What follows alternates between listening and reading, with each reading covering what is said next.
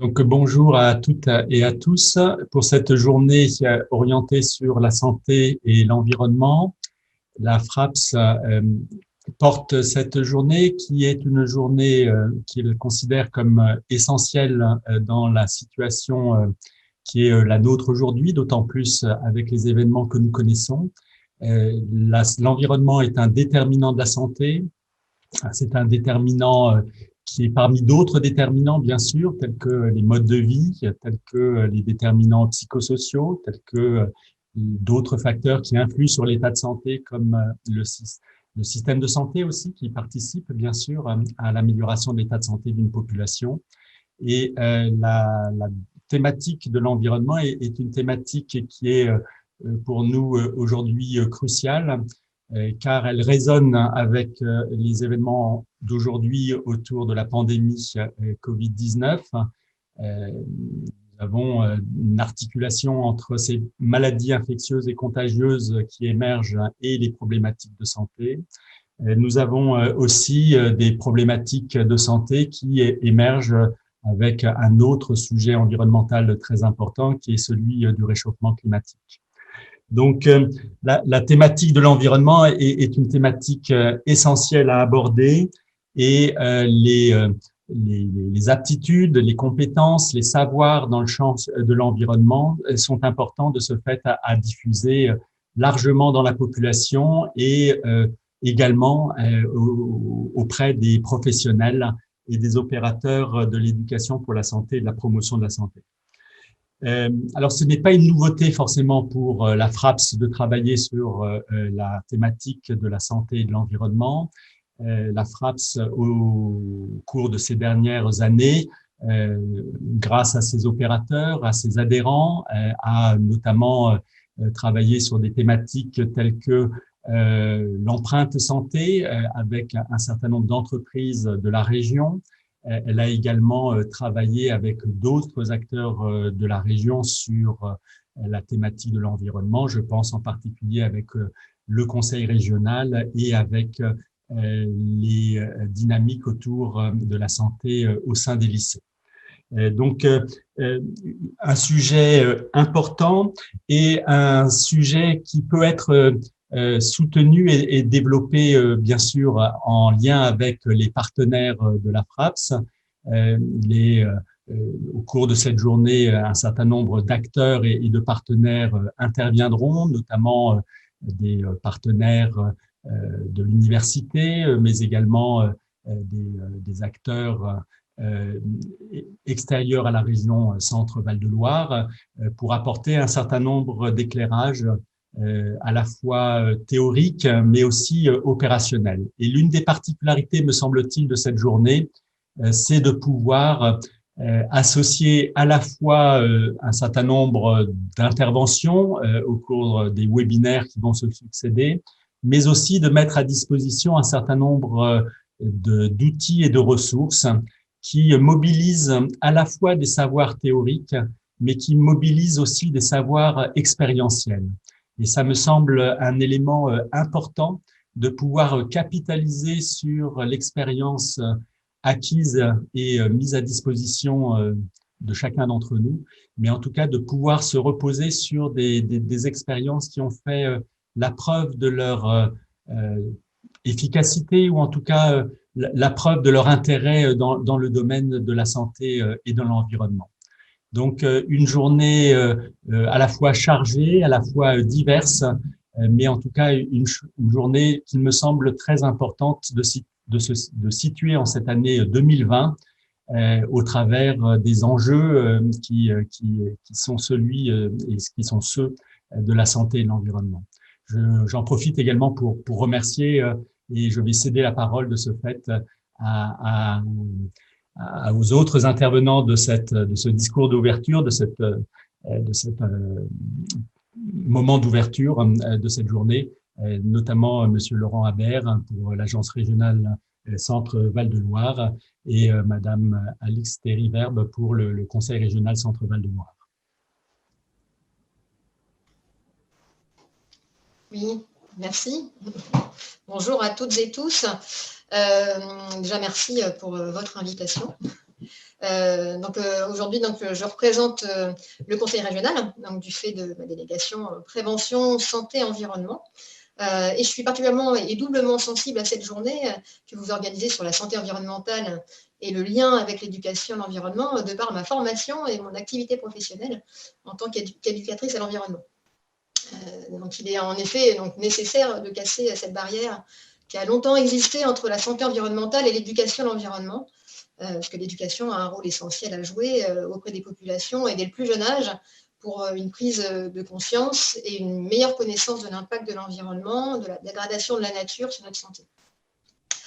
On peut donner quelques chiffres, hein, plus de 60 000 morts, a priori, c'est une estimation par an du fait d'une mauvaise qualité de l'air, rien qu'en France. On a une qualité de l'eau de mauvaise qualité dans de nombreuses régions françaises.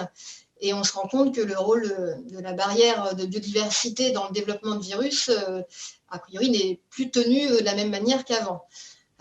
Donc aujourd'hui, plus personne ne doute de l'impact de la dégradation de l'environnement sur notre santé.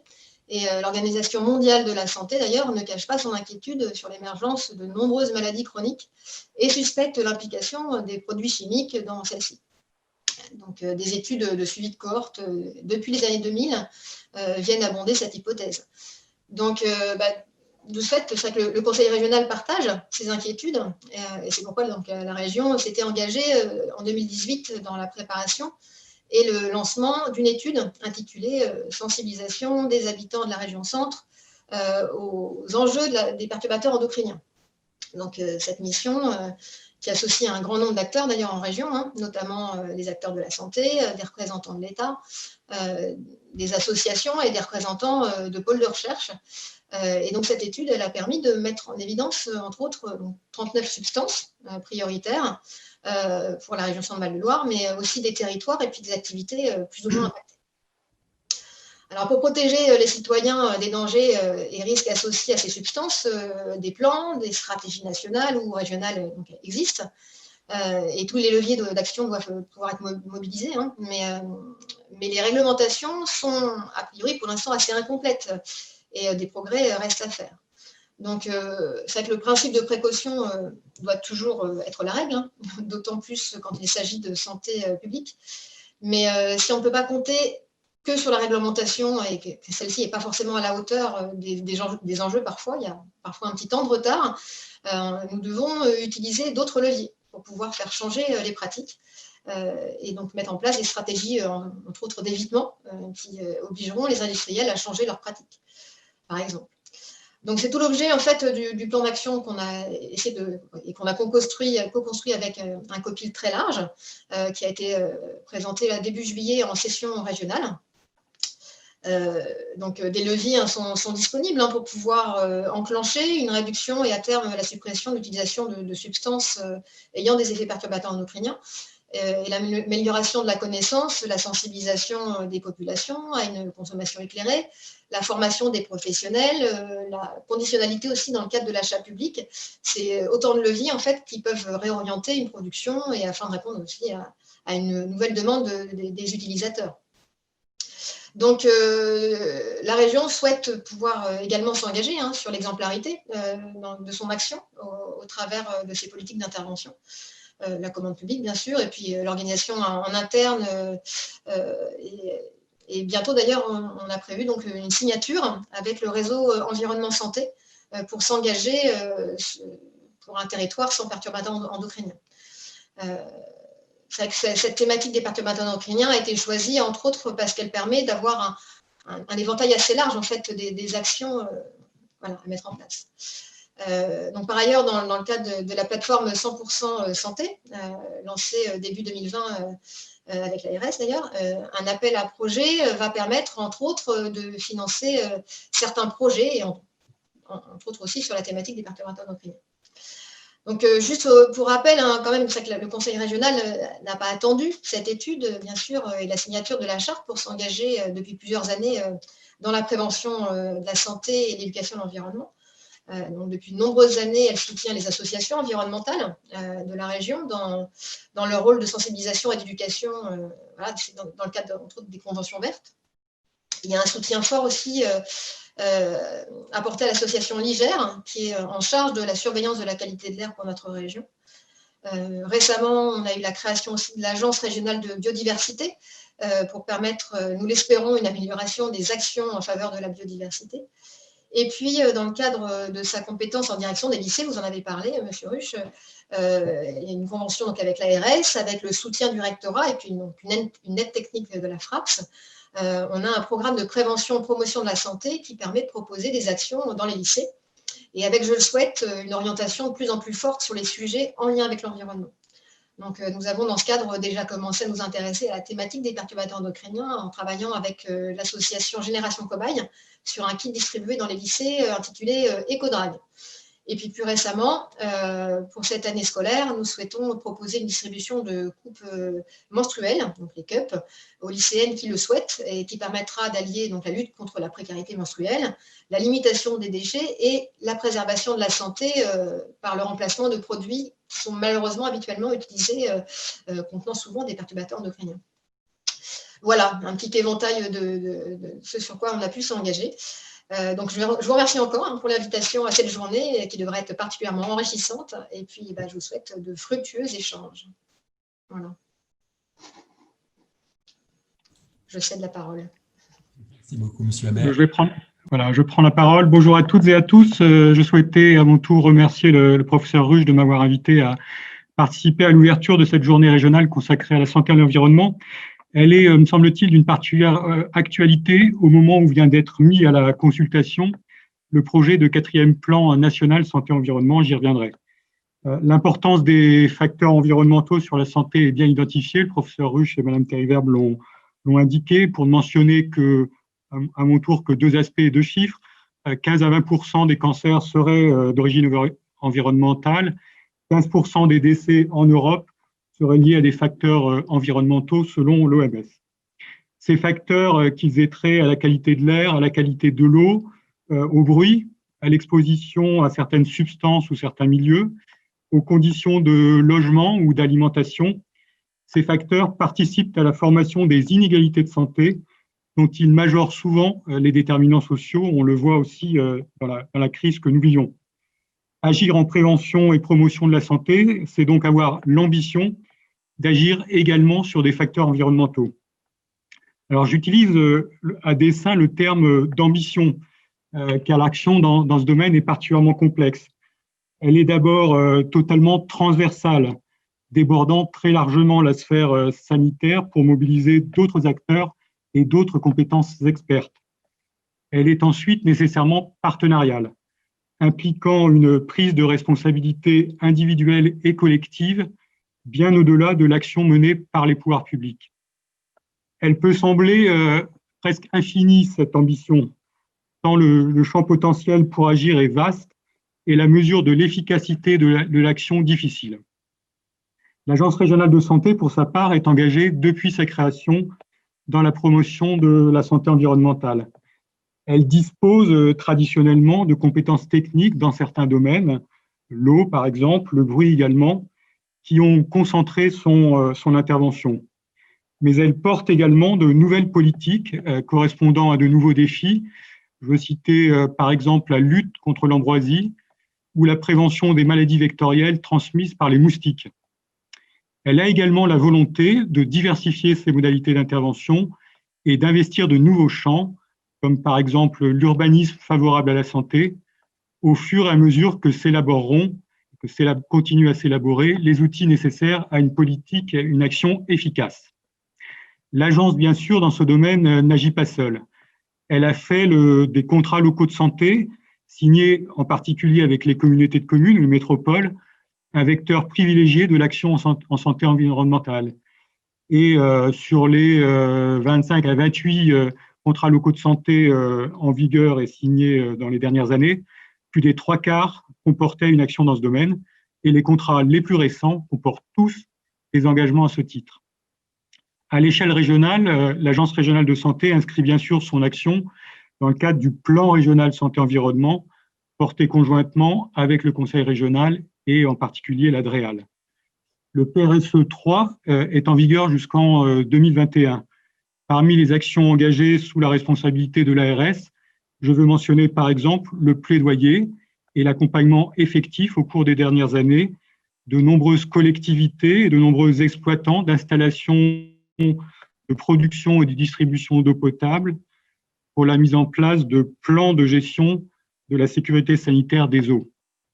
Le PRSE 4, comme je l'ai indiqué, est soumis depuis le 26 octobre à la consultation publique. Il propose 19 actions ordonnées autour de 4 axes. Le premier axe, c'est la santé environnementale au quotidien. S'informer, se former, informer sur l'état de son environnement et sur les bons gestes à appliquer. Le deuxième axe porte sur la réduction des expositions environnementales affectant notre santé. Le troisième axe vise à démultiplier les actions concrètes menées avec les collectivités dans les territoires. Enfin, le dernier axe a pour objectif de renforcer les connaissances relatives aux expositions et aux effets de l'environnement sur la santé des populations. La consultation sur ce plan santé est ouverte pendant plus d'un mois encore, jusqu'au 9 décembre. Je vous invite donc à y participer. L'Agence régionale de santé, avec ses partenaires, sera en tout état de cause amenée l'année prochaine à travailler à une déclinaison régionale du plan national santé-environnement qui sera adopté en début d'année. Cette journée est, je crois, même si la FRAPS, comme l'a rappelé le professeur Ruch, a déjà exploré le sujet de la santé-environnement, cette journée est, je crois, une première. Elle est importante à nos yeux parce qu'elle va permettre à la fois aux acteurs de la promotion de la santé et de la prévention, d'une part, et à ceux de l'environnement, d'autre part, de partager des savoirs sur les thématiques spécifiques à la santé environnementale. Elle est importante aussi parce que, je crois et je l'espère, elle va permettre de s'intéresser aux outils de cette politique, qui sont, parce que cette rencontre est encore relativement récente, les outils sont encore insuffisants, perfectibles, et l'Agence régionale de santé compte sur l'investissement de la FRAPS pour nous aider à porter ces politiques de façon efficace en région Centre-Val de Loire.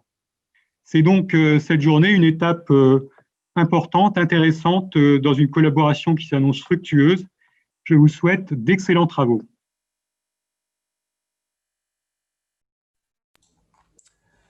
J'en profite pour clôturer cette ouverture, pour remercier sincèrement et profondément et l'Agence régionale de santé et le Conseil régional pour nous accompagner sur cette thématique de la santé et de l'environnement. Vous l'avez compris, il s'agit d'un sujet à la fois essentiel, sensible, complexe, comme cela a été évoqué par avec les deux personnes lors de cette ouverture. Il s'agit également, au cours de cette journée, de pouvoir partager et accroître une forme de culture commune autour de la santé et de l'environnement, une culture commune et partagée entre les citoyens, les professionnels et notamment les professionnels de la santé au sens très large, que ce soit le sanitaire, le médico-social ou le social, et également avec les décideurs qui sont à l'œuvre, si je puis dire, dans le cadre des politiques territoriales, locales ou nationales sur le sujet. Donc, merci beaucoup de votre accompagnement, Monsieur Habert et Madame Thériverbe, et je vous souhaite une excellente journée à tous ceux qui vont suivre cette journée dans les minutes qui suivent. Très bien, à très bientôt. Merci à vous.